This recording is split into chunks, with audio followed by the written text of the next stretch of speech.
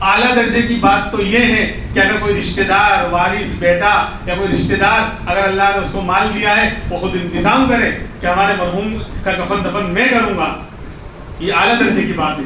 لیکن اگر ایسا کوئی نہیں ہے تو اس مرنے والے نے جو مال اپنا چھوڑا ہے، جو کچھ بھی پیسہ ہے اور جو بھی، اس کے مال میں سے اس کے کفن دفن کا انتظام کیا جائے گا. سب سے پہلے قرض داروں کو، وارثوں کو ابھی کچھ بھی نہیں ملے گا. میت کا یہ حق پہلے مقدم ہے کہ اس کے کفن دفن کا پہلے انتظام کیا جائے. کوئی رشتہ دار بیٹا یا وارث کر دے اس کے لیے یعنی خوش نصیبی کی بات ہے، اس کو ثواب ملے گا، لیکن ضروری نہیں. لیکن کیا ہوا، ایک آدمی کا انتقال ہوا، اس کے پاس مال کچھ ہے ہی نہیں، کچھ چھوڑا ہی نہیں. تو ہوتا کیا ہے ہمارے یہاں اسلامی حکومت ہے تو بیت المال وغیرہ ہوتے ہیں، وہ وہاں سے دیا جاتا ہے. اگر نہیں ہے تو لوگ چندہ کرتے ہیں. بھائی لوگ چندہ کرتے ہیں. اب ایک آدمی نے کیا کیا کہ میں مرحوم کا انتقال ہو گیا ہے، اس کا کفن دفن کا انتظام میں کروں گا، اور اس نے کیا کیا، زکات کا مال اس میں دے رہے ہیں. اس مرحوم کے کفن کے لیے، دفنانے کے لیے جو بھی خرچہ ہو رہا ہے اس میں زکات کا مال دے رہا ہے. تو بتاؤ زکات ادا ہوگی نہیں ہوگی؟ تو ہم لوگ مفتی بن گئے یار، مفتی بن گئے، نہیں ادا ہوگی. کیوں؟ ارے میں تو بولے گا نا اللہ میاں 2 منٹ کے لیے زندہ کر دو میرے کو، میں خالی قبول کر لوں پیسہ، پھر میں مر جاتا ہوں. تو مردہ 2 منٹ کے لیے زندہ ہو جائے گا، پھر کہے گا ہاں لاؤ میرے کفن دفن کا بہت بہت شکریہ تمہارا، تمہارا گھڑوں بدو آبھار، تھینک یو، قبول کر لے گا، پھر مر جائے گا. ایسا ہوتا ہے. ارے میت کے اندر کہاں صلاحیت ہے مالک بننے کی، اس لیے وہاں زکات کا مال دیں گے. زکات ادا تجھے اللہ نے دیا ہے تو زکات کے علاوہ دے، للہ کی رقم سے کفن دفن کا انتظام کر، اللہ بہت دے گا اس کا. ان چیزوں میں آگے بڑھنا چاہیے. لوگ خالی زکات کی مقدار کو ہی اثر سمجھتے ہیں، حالانکہ قرآن و حدیث کے اندر بہت ساری آیتیں ہیں جہاں زکات کے علاوہ بھی اس طرح خرچ کرنے کا اللہ نے بار بار حکم دیا ہے. سمجھے؟ اس لیے ایسے موقع پر اگر ہم کسی مسلمان کے لیے کھڑے ہو جائیں گے، اللہ ہمیں کبھی کسی کے سامنے محتاج نہیں بنائے. دنیا کے اندر اللہ بہت سرخ روئی کے ساتھ، عزت کے ساتھ اور شرافت کے ساتھ اللہ رکھے گا. ایسے موقع پر جب کوئی ایسا غریب آ گیا، جو ایسا محتاج آ گیا، دواخانے میں داخل ہے، دوائی کے پیسے نہیں ہیں، اور کیا کہتے ہیں آپریشن کا مسئلہ آ گیا، پیسے نہیں ہیں، اگر اللہ نے ہم کو دیا، ایسے ٹائم پہ اگر کھڑے ہو گئے، اس کی جو دعا نکلتی ہے اور اللہ جو قبول کرتے ہیں اس کا جو ہے ہم سوچ نہیں سکتے. بہرحال تو مال کے ایک جز کا مالک بنانا، یہ مسئلہ چل رہا ہے، مسئلہ بھی چل رہا ہے اور گھڑی کا کانٹا بہت تیزی سے چل رہا ہے. کس کو مالک بنانا؟ من مسلم فقیر، مسلمان فقیر کو مالک بنایا جائے گا. پتہ چلا اگر کسی نے غیر مسلم کو زکات کا مال دیا، زکات ادا نہیں ہوگی. اس لیے کہا جاتا ہے کہ زکات جو ہے جان پہچان کے لوگوں کو دی جاوے، جہاں سب پتہ ہوتا ہے، یعنی خاندان میں سب معلوم ہوتا ہے، اور یہ بھی معلوم ہوتا ہے کہ وہ مستحق ہے کہ نہیں. سارا بایو ڈیٹا معلوم ہوتا ہے، اس آدمی کا سب کچھ پتہ ہوتا ہے. جو قریبی رشتہ دار ہے یا محلے کا ہے، بستی کا ہے، تو یہ مسلمان ہے اور بیچارہ واقعی محتاج ہے، تو وہاں معلوم کرنا آسان ہوتا ہے. اس لیے اپنوں میں اور تعلق والوں میں، رشتہ داروں میں، اور خاص کر قریبی رشتہ داروں کو ایسے موقع پر یاد کیا جائے. تو مسلمان فقیر کو مال کے ایک جز کا مالک بنانا. کون سا جز؟ یہ جز، اس کو بیان کرنے کے لیے 2 گھنٹہ چاہیے. 4-5 طرح کے مالوں، 4 طرح کے مالوں میں زکات فرض ہوتی ہے، جس کو شریعت نے طے کر دیا ہے. ہر مال کا مالک نہیں بنایا جائے گا، بلکہ جو 4 طرح کے مال ہیں، سونا، چاندی، روپیہ پیسہ اور بزنس کا مال، ان میں زکات ہوتی ہے. آئندہ موقع رہا تو انشاءاللہ آگے بیان ہوگا. رمضان کے اندر انشاءاللہ فجر کے بعد تفسیر بھی ہوتی ہے اور ساتھ میں وسائل بھی آتے ہیں. تو دین سیکھیے، زکات سیکھیے، پھر دیجیے. زکات پہلے سیکھیے پھر ادا کیجیے. ہم ہر چیز کو سیکھیں گے، پھر انشاءاللہ ادا کریں گے اس عمل کو، تو انشاءاللہ صحیح جگہ پر ہمارا مال، ہماری جان اگر استعمال ہوگی تو انشاءاللہ دنیا کے اندر بھی اس کا نفع ہوگا اور آخرت میں بھی اس کا نفع ہوگا. تو اس کا خیال رکھنا چاہیے. اب آخری مسئلہ بیان کر کے بات ختم کرتا ہوں، وقت پورا ہو رہا ہے.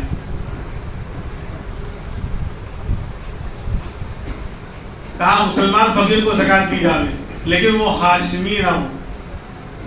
ہاشمی کا مطلب اللہ کے رسول کے خاندان. اصل میں ہاشمی کے اندر تو آل علی، آل عباس، آل عقیل، حضرت علی کے بھائی حضرت عقیل رضی اللہ عنہ، حضرت علی ہیں، حضرت عباس ہیں، ان سب کی اولاد کو ہاشمی کہا جاتا ہے. تو سب اندر آ گئے. اور سیدھے سیدھے الفاظ میں وہ سید کو زکات نہیں دی جائے گی، غیر ہاشمی کو دی جائے گی، غیر سید کو دی جائے گی. سمجھے؟ کیوں؟ اللہ کے رسول کی خاندان ہے. آپ نے زندگی میں صدقہ نہیں لیا، نہیں کھایا، نہ گھر والوں کو کھلایا، بلکہ آپ حلال اور پاکیزہ مال آپ نے ہمیشہ استعمال کیا، اپنے گھر والوں کو استعمال کرایا. تو کیا آپ کی وفات کے بعد امت اتنی کیا کہتے ہیں بے ادب ہو گئی ہے، امت اتنی گستاخ ہو گئی ہے کہ اپنے نبی کی اولاد اور رشتہ داروں کو، سید کو مال کا میل کھلائے گی؟ اگر کوئی سید واقعی مستحق ہے، زکات کا مستحق ہے، غریب ہے، مسکین ہے، فقیر ہو گیا، تو للہ کی رقم سے اعلیٰ درجے کی بات ہوگی، للہ کی رقم سے اس کا انتظام کیا جائے. اس کو جو ہے وہ اللہ والوں کا واقعہ ہے نا، حج میں جا رہے تھے اور راستے میں دیکھا ایک عورت ایک کچرے کوڑی گاہ پر وہاں آئی، وہاں ایک مردار کوئی بکری یا کچھ پڑا ہوا تھا، مری ہوئی بکری پڑی ہوئی تھی. اس نے ادھر ادھر دیکھا، کوئی دیکھ تو نہیں رہا ہے. یہ قافلے سے بچھڑ گئے تھے اور اکیلے نکل رہے تھے حج میں. جب دیکھا کہ یہ کیا کر رہی ہے، یہ چھپ کر دیکھنے لگے تو اس عورت نے ادھر ادھر دیکھا، چہرہ اس نے چھپا رکھا تھا، جلدی سے اس مردار کو تھیلی میں بھرا اور لے کر بھاگی. تو یہ پیچھے پیچھے ہو لیے کہ یہ ہے کیا ماجرا. جب دروازے اس نے جلدی سے بند کر لیا، انہوں نے دستک دی تو کہا کہ کون؟ کہا کہ دروازہ کھولو، میں نے آپ کو وہ عمل دیکھ لیا ہے. کہا کہ بھائی میں کیوں کھولوں، آپ کون ہیں؟ آپ اجنبی ہیں. جب بہت زیادہ اصرار کیا تو دروازہ کھولا. پھر پوچھا آپ کون ہو؟ یعنی اس شخص نے پوچھا کہ آپ کون لوگ ہو؟ کہا ہم نبی کے خاندان کے سید لوگ ہیں اور بچی کا باپ نہیں ہے، یعنی محرم کوئی ہے نہیں، اور ہماری 3 یا 4 بچیاں اس نے بتائی، 3-4 بچیاں ہیں اور جوان ہیں، اور 3-4 دن کا فاقہ ہم پر چل رہا ہے، کھانے کو کوئی چیز نہیں. جب بھوک سے ہم بیتاب ہو گئے اور نہیں رہا گیا تو میں پھر اس طرح نکلی اور وہ مردار بکری کو لے کر آئی. تو وہ اللہ والے اندر اندر رونے لگے کہ میں حج کو جا رہا ہوں. کوئی بیچارہ یتیم، یعنی میرے نبی کے خاندان والے مردار کھا رہے ہیں، حرام، یعنی جو جس کو کھانا حرام ہے اس کو استعمال کرنے کی نوبت آ گئی. انہوں نے اپنا حج کینسل کیا اور سارا جو ہے وہ پیسہ اس کو دے دیا. اللہ نے اس کو قبول کیا. اور جو قافلے والے جب وہاں پہنچے مکہ میں اور انہوں نے حج کیا تو بعد میں جب ان سے ملاقات ہوئی، یہ تو سمجھے کہ میں تو واپس جا رہا ہوں. کہا کہ حاجی صاحب السلام علیکم. بولے کہ وعلیکم السلام. بولے حاجی صاحب خیریت ہے؟ بولے حاجی صاحب کیا؟ بولا مینا میں ملے تھے، عرفات میں ملے تھے، فلاں جگہ میں ملے تھے، سب جگہ تو آپ سے ملاقات ہوئی. اللہ نے فرشتے کو بھیج کر ان کی جگہ پر جو ہے حج کروایا. تو یتیموں کا اور اللہ کے نبی کے خاندان والوں کا تو یوں ہی ہم کو خرچ کر دینا چاہیے. اپنے سے زیادہ واقعی معلوم پڑے کہ واقعی وہ سید ہے، ورنہ بہت سے لوگ بنے ہوئے بھی ہوتے ہیں. اگر معلوم پڑ جائے کہ واقعی وہ سید ہے تو ان کی تو مدد ایسے ہی کرنی چاہیے، ان کو زکات یعنی مال کا میل نہیں دینا چاہیے. اللہ تبارک و تعالی عمل کی توفیق عطا فرمائے. وآخر دعوانا الحمدللہ رب العالمین.